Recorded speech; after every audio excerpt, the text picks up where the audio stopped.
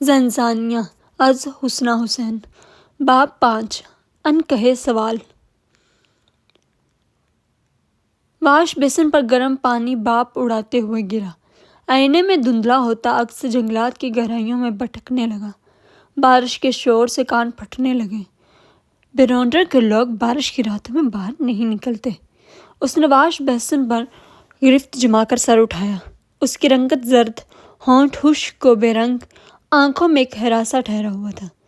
سایوں کے پیچھے مت بھاگا کرو، سائے سراب ہوتے ہیں۔ اس نے سائے کا تعاقب کیا۔ بوڑھا یہ بات کیسے جانتا تھا؟ اس کی کلائی کی خراشوں نے اس کے وجود کو پتھر کیوں کر دیا تھا؟ بارش کے رکنے تک وہ گھر کے اندر ہی کیوں رہا تھا؟ واش روم سے باہر آ کر اس نے اپنے کمرے میں نگاہ دوڑائی۔ کہیں بھی گیلی مٹی یا کیچڑ کے نشان نہ تھے، حتیٰ کہ کمرے کی کارپیٹ، کھڑکی اور دیوار تک صاف نظر آتی تھی۔ کیا وہ منظر جو اس نے دیکھا ایک وہم یا خیال تھا، یا پھر ایک خواب؟ کیا وہ خواب اور حقیقت میں تفریق سے قاصر ہے؟ وہ رات بھر سو نہ سکی، تھکاوٹ سے بدن دکھتا رہا، بازو میں تکلیف ہوتی رہی۔ صبح کے 5 بجے جا کر کہیں اس کی آنکھ لگی۔ نیم گنودی میں اسے محسوس ہوتا رہا جیسے کوئی کان میں سرگوشی کر رہا ہو۔ اگلے کئی گھنٹوں تک وہ بے خبر سوئی رہی، مگر جب سماعت نے کھٹ پٹ کی آواز پکڑی تو اس کے حواس بیدار ہو گئے۔ فوراً آنکھ کھل گئی۔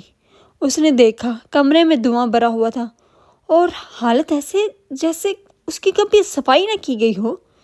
یہ کیا ہو رہا ہے؟ وہ ایک دم سے گھبرا کر اٹھ بیٹھی، پھر دروازہ کھول کر باہر آ گئی۔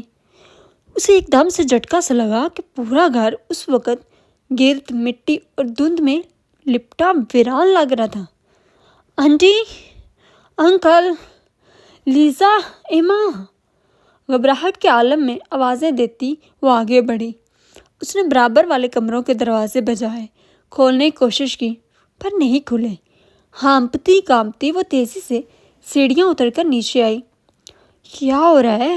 کیا وہ خواب دیکھ رہی ہے؟ صدر دروازہ کھلا ہوا تھا۔ سورج کی زرد روشنی فرش پر آگے تک آئی ہوئی تھی۔ باہر کوئی تھا، آوازیں آ رہی تھیں۔ اس نے شدت سے دھڑکتے دل کے ساتھ دروازے میں رک کر باہر دیکھا۔ جتنی ویرانی اس گھر پر اتری ہوئی تھی، اتنی ہی شتابی لان میں نظر آ رہی تھی۔ سامنے ہی شاہ بلوط کے نیچے ایک لڑکی کھڑی تھی۔ اس نے آسمانی رنگ کا محملی لباس پہنا ہوا تھا۔ اس کے سنہری گھنے لمبے اور چمکدار بال ہلکا سا کرل لیے پشت سے نیچے تک گرے ہوئے تھے۔ ہاتھوں میں پھولوں کا ایک گلدستہ تھا۔ اس کی پشت رینا کی طرف تھی اور وہ سامنے ہاتھ ہلاتے ہوئے کسی سے بات کر رہی تھی۔ اس کی آواز نرم اور سریلی تھی، ہنسی کی جھنکار زندگی سے بھرپور لگتی تھی۔ وہ پھولوں میں کھڑی تھی، پھولوں کا حصہ لگ رہی تھی۔ او ہیلو! دفتن کسی نے بازو سے پکڑ کر ہلایا تو وہ ایک دم سے ہوش میں آئی۔ ایما آنکھیں پھاڑے اسے دیکھ رہی تھی۔ ایسے کیا دیکھ رہی ہو تم؟ اس نے نظروں کی تعاقب میں دروازے سے گردن نکال کر باہر دیکھا۔ اپنی کیفیت اور احساسات سے حاف ہوتے رینا نے گردن موڑ کر گھر کے اندر دیکھا۔ اب نہ دھند تھی وہاں، نہ دھول اور مٹی کے سار کہیں تھے۔ سب کچھ پل بھر میں بدل چکا تھا۔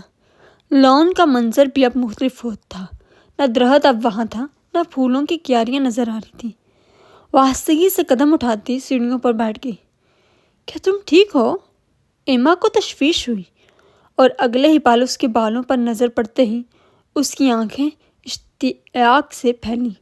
اوہ واو، تمہارے بال، تمہارا جادو! رینا کا داہنا ہاتھ بے اختیار بالوں تک اٹھا۔ اس کے چہرے کے اثرات میں خوف ٹھہر گیا۔ تم تو کہتی تھی اب ایسا نہیں ہوتا۔ تم جھوٹ بولتی ہو، تمہارے تو بال اب بھی… شٹ اپ ایما! اس نے تیزی سے اس کی بات کاٹی۔ موڈ پہلے سے آف تھا۔ ایما کی باتوں سے مزید بگڑ گیا۔ وہ اسی وقت اپنے کمرے میں واپس آ گئی۔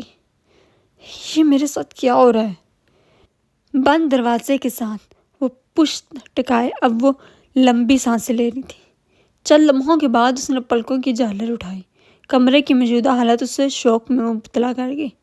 وارڈروب کھلی ہوئی تھی، اس کے تمام کپڑے نیچے بکھرے ہوئے تھے، رائٹنگ ٹیبل کی درازیں بھی باہر کو نکلی ہوئی تھیں، سامان ادھر ادھر پھیلا ہوا تھا۔ رضا لگ رہا تھا کہ اس کی غیر موجودگی میں کوئی اس کے کمرے میں داخل ہوا ہے۔ آسمانی رنگ کا ایک لباس رینا کے بیڈ پہ پڑا تھا، جسے وہ دوسرے کپڑوں کے ساتھ بیڈ کے نیچے رکھ چکی تھی۔ ابھی کچھ دیر پہلے جو لڑکی اسے لون اور گھر میں ٹہلتی نظر آئی تھی، اس نے بھی یہی لباس تن کیا ہوا تھا۔ کون آیا تھا یہاں؟ کون کر رہا ہے یہ سب؟ اس نے رائٹنگ ٹیبل کی درازوں کا جائزہ لیا تو معلوم ہوا ڈبہ غائب ہے۔ وہ تیزی سے پلٹی، اس سے قبل کہ وہ کمرے سے باہر نکلتی، واش روم سے شاور کی آواز سن کر بے اختیار رک گئی۔ ایک سرد لہر اس کے رگ و پے میں سرایت کر گئی۔ کون ہے؟ اس نے سنبھل کر بلند آواز میں پوچھا۔ جواب ندار، شاور بستور گرتا رہا۔ اس نے ہینڈل گھمایا، دروازہ اندر سے بند تھا۔ کون ہے اندر؟ دروازہ بجاتے ہوئے اس نے غصے سے پوچھا۔ اسی لمحے لاک کھل گیا، مگر کوئی باہر نہ آیا۔ شاور ابھی تک چل رہا تھا۔ چند لمحوں بعد اس نے دروازہ اندر کی جانب دھکیل دیا۔ واش روم کا اندرونی منظر اس کے توقع کے برعکس تھا۔ نہ شاور چل رہا تھا، نہ ہی کوئی موجود تھا۔ طوفان کی زد میں بے یقینی سے کھڑی رہ گئی۔ بھوت پریت پر یقین نہ رکھنے والی رینا ابراہیم اس پل سمجھ نہ پائی اس کے ساتھ کیا ہو رہا تھا۔ کیا یہ بارش کا اثر تھا؟ وہ اثر جس کا ذکر ڈائری میں ہوا تھا؟ ایک سنسناہٹ سی اس کی رگ و پے میں دوڑ گئی تھی۔ یہ یادیں کتنی خوبصورت ہیں، بہت زیادہ۔ انکل بیرک تصویر کا البم دیکھتے مسکرائے۔ میشا آنٹی ان کے پاس آ گئی۔ کبھی سوچا نہیں تھا ہمیں بھی ایسا گھر مل سکتا ہے، اور بچے بھی۔ انہوں نے شوہر کی بات ہنستے ہوئے مکمل کی۔ لانچ کے پاس سے گزرتے ہوئے رینا نے رک کر انہیں دیکھا۔ میشا آنٹی کی مسکراہٹ ایک دم سے تھمی۔ کہیں جا رہی ہو؟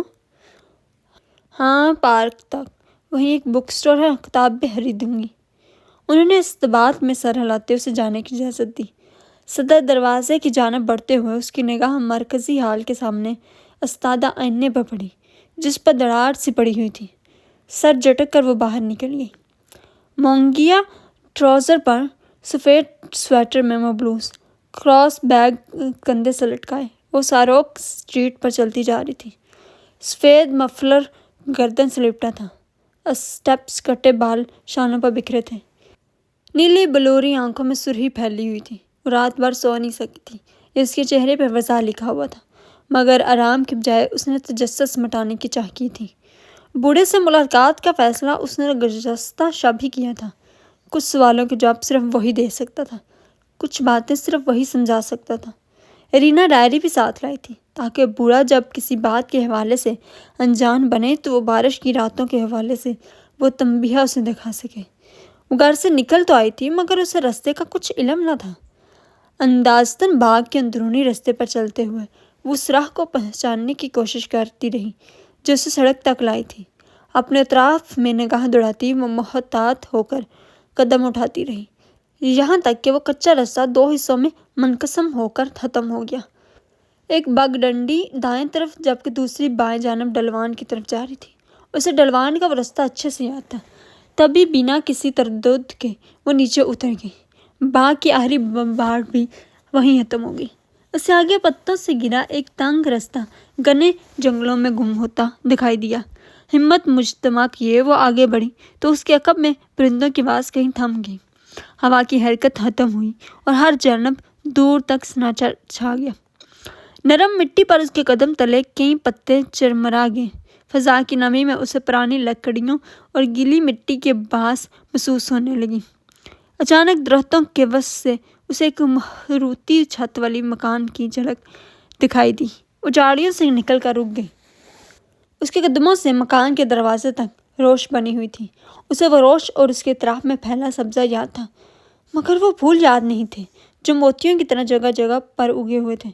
مکان پر نگاہ پڑی تو وہ حیران رہ گئی۔ دھند میں لپٹا مٹیالہ سا گھر صدیوں پرانا لگتا تھا۔ مخروطی چھت پر سبز اکائی جمی ہوئی تھی، کھڑکیوں کے شیشے دھندلائے تھے، بند دروازہ ٹوٹا ہوا تھا، لکڑی کی دیواریں جگہ جگہ سے سیاہ تھیں۔ یوں لگتا تھا آگ لگی ہو جسے بے قابو ہونے سے قبل بچا لیا گیا ہو۔ اسے گمان ہوا وہ غلط جگہ پر آ گئی ہے، مگر راستہ وہی تھا، دروازہ بھی وہی، کھڑکیوں پر لگی ہوئی سلاخیں بھی وہی۔ منتشر دھڑکنوں کے ساتھ اس نے روش پر قدم رکھا۔ یکایک ساکت فضا میں ارتعش پیدا ہوا، شاہ بلوط کی شاخوں میں جنبش ہوئی، سفید پھولوں سے ہوتا ہوا کا جھونکا اس کے بالوں کو چھو کر گزر گیا۔ وہ دروازے کے قریب پہنچ کر رک گئی۔ تالا اس کے قدموں میں پڑا تھا، زنجیر ٹوٹی ہوئی تھی۔ اس نے اد کھلے دروازے کو دھکیل کر اندر داخل ہونے کا راستہ بنایا۔ عقب میں کہیں جھاڑیوں میں سرسراہٹ ہوئی، ایک کمزور سی شاخ کسی شے کے وزن سے ٹوٹی تھی۔ اپنے اطراف سے بے نیاز ہو کر سٹیپس پر قدم جمائے وہ اب اندر دیکھ رہی تھی۔ اندرونی منظر اس کی توقع کے برعکس تھا۔ خالی گھر، نہ بستر، نہ کتابوں کے ریک، نہ برتن، ہتھیار اور نہ کوئی سامان۔ وہ صدمے سے گنگ کھڑی رہ گئی۔ گھر کی در و دیوار پر جگہ جگہ آگ نے اپنی سیاہی چھوڑ رکھی تھی، تختے تک اکھڑے ہوئے تھے، کھڑکیوں کے شیشے توڑ پھوڑ کا شکار تھے۔ یہاں کیا ہوا ہوگا؟ خوف پر قابو پائے اس نے متحیر ہو کر سوچا تھا۔ مکڑی کے جالے کونوں میں تنے ہوئے، گرد اور مٹی سے فرش اور کھڑکیاں اٹی ہوئی۔ سامنے کا دروازہ آج بھی بند تھا۔ حیرت زدہ سی وہ دروازے میں کھڑی رہ گئی۔ یوں لگتا تھا یہ گھر صدیوں سے غیر آباد پڑا ہو۔ اس کی نگاہ بھٹکتی ہوئی میز پر رکھے فریم پر پڑی جو عمدہ پڑا ہوا تھا۔ بیگ اور سٹرپس پر گرفت جمائے وہ اندر چلی گئی۔ لکڑی کے فرش پر اس کے قدموں کے وزن سے آواز پیدا ہونے لگی، اور اسی لمحے مکان کے اندر روشنی یوں مدھم ہوئی جیسے کوئی دروازے میں آ کھڑا ہو۔ رینا کا سانس رک گیا، دھڑکنیں تھم سی گئیں۔ پیچھے کوئی تھا، یقیناً کوئی تھا۔ اس سے قبل کو اپنا رخ بدلتی اس کے کندھے پہ ہاتھ آ ٹھہرا۔ جھٹکے سے پلٹی تو انتہائی بھیانک چہرہ سامنے تھا۔ خوف کی شدت سے چیختے ہوئے اس نے دونوں ہاتھوں سے اس کے چہرے کو پوری قوت سے پرے دھکیلا اور خود میز سے ٹکراتی دیوار سے جا لگی۔ مقابل کا پاؤں فرش کی شگاف میں کہیں پھنسا اور وہ سیدھا فرش پر جا گرا۔ آنکھوں میں دہشت لیے وہ اب قبیح چہرے کو دیکھ رہی تھی جو لمبے بالوں کی زد میں چھپا ہوا تھا۔ وجود انسانی تھا، مگر وہ شکل کسی کپڑے کی طرح کھینچ کر اتر گئی۔ پہلے لب بنچ کر کرہ دبائی گئی، پھر کہنیوں کے بل اٹھنے کی کوشش کی گئی، اور تبھی اس کا چہرہ عیاں ہوا۔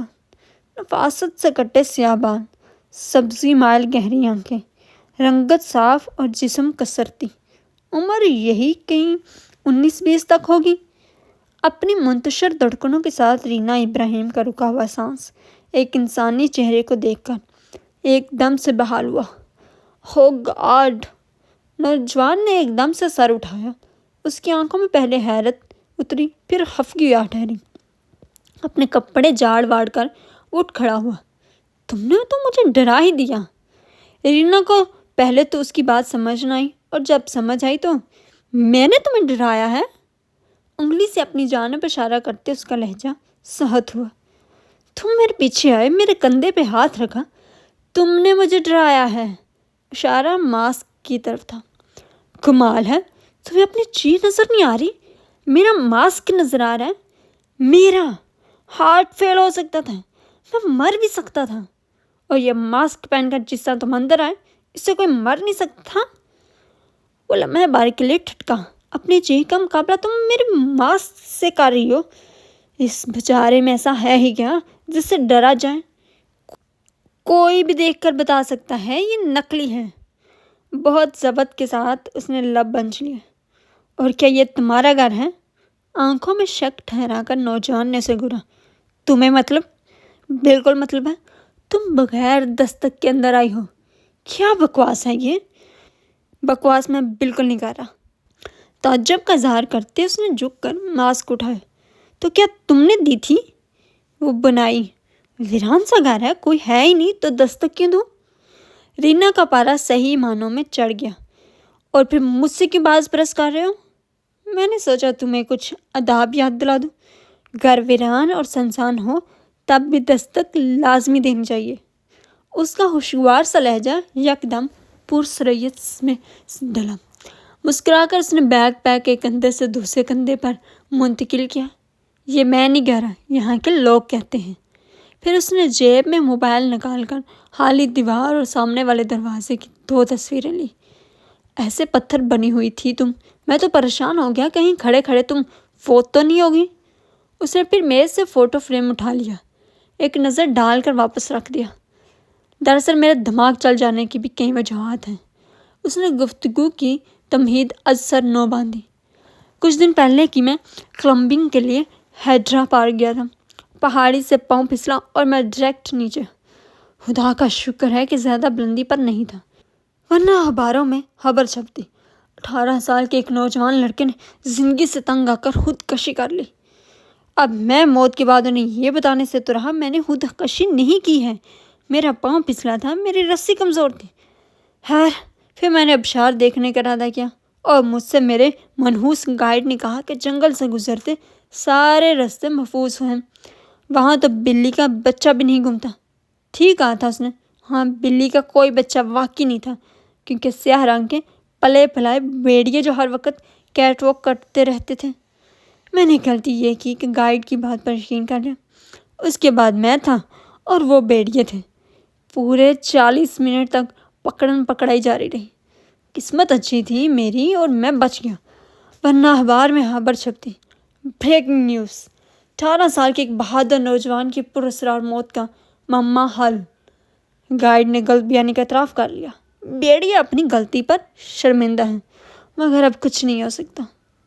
روانی سے بولتے ہوئے وہ اپنی رواداد ایسے سنا رہا تھا جیسے صدیوں سے شناسائی ہو یا ان کے درمیان روزمرہ معمولات پر اسی طرح کی بات چیت ہوتی رہتی ہو۔ باتونی لوگ تو رینا کو ویسے بھی زہر لگتے تھے، کام کی بات ہو نہ ہو فضول میں بولتے رہو۔ اس نے تب کر سوچا، ابھی کل ہی کی بات ہے، میں میوزیم گیا۔ رینا کے تاثرات سے قطعی بے نیاز اس نے اپنی کمنٹری جاری رکھی۔ میں جھک کر ایک تحریر پڑھ رہا تھا، جو سیاہ میرے ساتھ تھے وہ گائیڈ کے ساتھ آگے چلے گئے۔ انتظامیہ نے سمجھا حال حال ہی ہو چکا ہے، انہوں نے دروازہ بند کر دیا۔ سیکیورٹی کا عملہ ہراٹے لے رہا تھا، ورنہ وہ اتنا تو جان ہی سکتے ہیں کہ میں اندر موجود ہوں۔ خیر، میں پورے 2 گھنٹے اندر بند رہا۔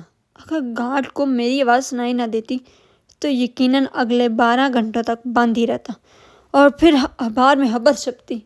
اس کے پاس ہر مصیبت کے اہتمام پر ایک عدد بریکنگ نیوز لازمی ہوتی تھی۔ کیا یہ لڑکا پاگل ہے؟ اس نے سوچا۔ بھلا کوئی رستے میں ٹکرا جانے والے کسی اجنبی سے اتنی لمبی بات نہیں کرتا ہے؟ آج تو انتہا ہو گئی، ایک ویران گھر میں تمہارا سامنا ہے۔ یقین کرو، میں اتنی بری طرح سے پہلے کبھی نہیں ڈرا۔ ساتھ ہی سینے پر ہاتھ رکھ کر گہری سانس لی، جیسے وہ مرتے مرتے بامشکل بچا ہو۔ پھر اس کی آنکھیں کسی خیال کے تحت چمک اٹھی۔ ایسا ہی ہوتا ہے نا ہارر موویز میں۔ ڈرامائی انداز اختیار کرتے ہوئے وہ آگے کو جھکا۔ ہیرو سنسان گھر میں داخل ہوتا ہے، سامنے ایک چڑیل جیسی پرسرار سی لڑکی کھڑی ہوتی ہے۔ ہیرو اپنی موجودگی کا احساس دلانے کی کوشش میں آہٹ پیدا کرتا ہے۔ لڑکی پھر بھی مڑ کر پیچھے دیکھتی ہے، نہ کوئی رسپانس دیتی ہے۔ رینا کے چہرے پر ایک رنگ آنے لگا، دوسرا جانے لگا۔ ہیرو ہمت مجتمع کر کے اس کے کندھے پہ ہاتھ رکھتا ہے۔ چڑیل ایک چٹکے سے چیختے ہوئے مڑتی ہے اور ہیرو وہیں ختم۔ وہ خود کے ہیرو اور اسے چڑیل سے تشبیہ دے رہا تھا۔ حد ہے، کتنی خوش فہمی ہے تمہیں اپنے ہیرو ہونے کی، وہ جل کر بولی تھی۔ تم جیسے چڑیلیں نظر آ جائیں تو ہو ہی جاتی ہیں۔ تھپا دینے والی مسکراہٹ کے ساتھ اس نے جیبوں میں ہاتھ ٹھونس لیے، پھر وہ ایک دم سے چونک اٹھا۔ میں یہاں کرنے کیا آیا تھا؟ خود سے سوال کر کے کچھ یاد آ جانے والے انداز میں او ہاں کہہ کے وہ تیزی سے باہر نکل گیا۔ گہری سانس لے کر رینا نے میز پر سے فریم اٹھا لیا۔ کریک کی زد میں پھولوں کی جھرمٹ میں بیٹھی کسی خاتون کا سراپا نظر آ رہا تھا، دھندلا مٹا ہوا سا، کافی پرانی تصویر تھی۔ اس نے فریم واپس رکھ دیا۔ ایک تیرانہ نگاہ پورے گھر میں دوڑائی۔ فقط 2 دن کی مختصر مدت میں یہ مکان اتنا غیر آباد اور خستہ حال کیسے ہو گیا تھا؟ اس کی آنکھوں میں بے یقینی کے ساتھ تشویش لہرا گئی۔ کچھ دیر بعد وہ باہر آئی تو سامنے ہی وہ لڑکا پھولوں کے مختلف زاویے سے تصویریں کھینچتا نظر آیا۔ رینا اسے مکمل نظر انداز کرتی پتھریلی روش پر قدم اٹھانے لگی۔ کل پارک میں میری ایک بوڑھی عورت سے ملاقات ہوئی تھی۔ اس نے کہا ویران گڑھوں کے پاس جو پھول اگتے ہیں انہیں کبھی نہیں توڑنا چاہیے۔ رینا کے قدموں کی رفتار یکایک سست پڑی۔ گردن موڑے وہ اسے دیکھنے لگی۔ میں نے پوچھا اس سے کیا ہوگا؟ کہنے لگی جنہوں نے پھول وہاں اگا رکھے وہ تمہیں بتا دیں گے۔ اس نے اٹھ کر مختلف زاویوں سے چند اور تصویریں لیں، ایک اس مکان کی بھی۔ میں نے ان سے پوچھا کہیں بیوٹی اینڈ دا بیسٹ کی کہانی تو نہیں دہرائی جائے گی؟ میں پھول توڑوں گا اور کوئی بیسٹ نکل کر سامنے آ جائے گا۔ دھیرے سے ہنس کر اس نے رینا کی طرف رخ کیا۔ وہ مجھے بیوقوف، لاپرواہ اور پاگل نسل کے خطاب سے نواز کر چلی گئی۔ اب دیکھنا یہ ہے کہ یہاں کے توہم پرست لوگ اپنی باتوں میں کہاں تک سچے ہیں۔ اس نے جھک کر ایک جھٹکے سے پھول توڑ لیا۔ رینا دم سادے اپنی جگہ کھڑی رہی۔ وہ بھی سانس روک کر پھول کو دیکھنے لگا۔ دونوں منتظر تھے کہ کب کچھ ہو، مگر ہوا صرف یہ کہ ایک کوا چیختا ہوا ان کے اوپر سے گزر گیا۔ نوجوان کا چہرہ اتر گیا، کندھے مایوسی سے جھک گئے۔ وہ کچھ اور ایکسپٹ کر رہا تھا، غالباً کوئی نئی مصیبت۔ اطلاع کے لیے عرض ہے پھول کی کوئی خوشبو نہیں ہے، اس نے کہا، اور پھولوں کی خوشبو سے تو فضا معطر تھی۔ میرے تو کسی کام کے نہیں، تمہیں پسند ہو تو رکھ لو۔ اس نے دور سے ہاتھ ہلایا۔ جہاں پر رینا نے آنکھیں دکھائیں۔ تم نے یقین بھی کر لیا؟ میں بولا تمہیں وہ پھول کیوں دوں جسے توڑنے کے لیے مجھے اپنی جان ہتھیلی پر رکھنا پڑی؟ وہ سر جھٹک کر آگے بڑھ گئی۔ غصہ انسانی صحت کے لیے اچھا نہیں ہوتا۔ نوجوان کی آواز بلند ہوئی تھی۔ مسکرایا کرو، مسکرانے سے نہ کرنٹ لگتا ہے نہ پیسے خرچ ہوتے ہیں۔ دور سے ہاتھ ہلاتے ہوئے وہ بائیں طرف نظروں سے اوجھل ہو گیا۔ لب بنچ کر رینا نے اپنی رفتار بڑھا لی۔ اس کے لیے آج کا دن انتہائی برا دن تھا۔